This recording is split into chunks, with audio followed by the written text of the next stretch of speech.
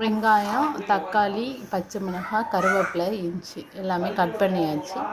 உருளைக்கிழங்கு நம்ம குக்கரில் வேக வச்சு எடுத்து வச்சாச்சு. உருளைக்கிழங்கு நல்லா வேக வச்சு நம்ம மசிச்சாச்சு. நல்லா மசிச்சு வச்சுருக்கோம். இப்போ நம்ம அடுத்து நம்ம வதக்க போகிறோம். இப்போ தவா வச்சு நம்ம எண்ணெய் ஊற்றியாச்சு. கடலைப்பருப்பு, உளுத்தம்பருப்பு போட்டேன். நல்லா எண்ணெய் காஞ்சோடனே அப்புறம் கடுகு போடுறேன்.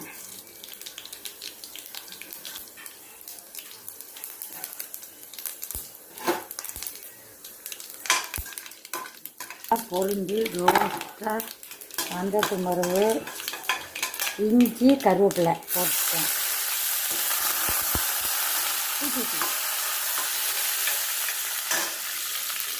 அப்புறம் பச்சை மிளகாய்.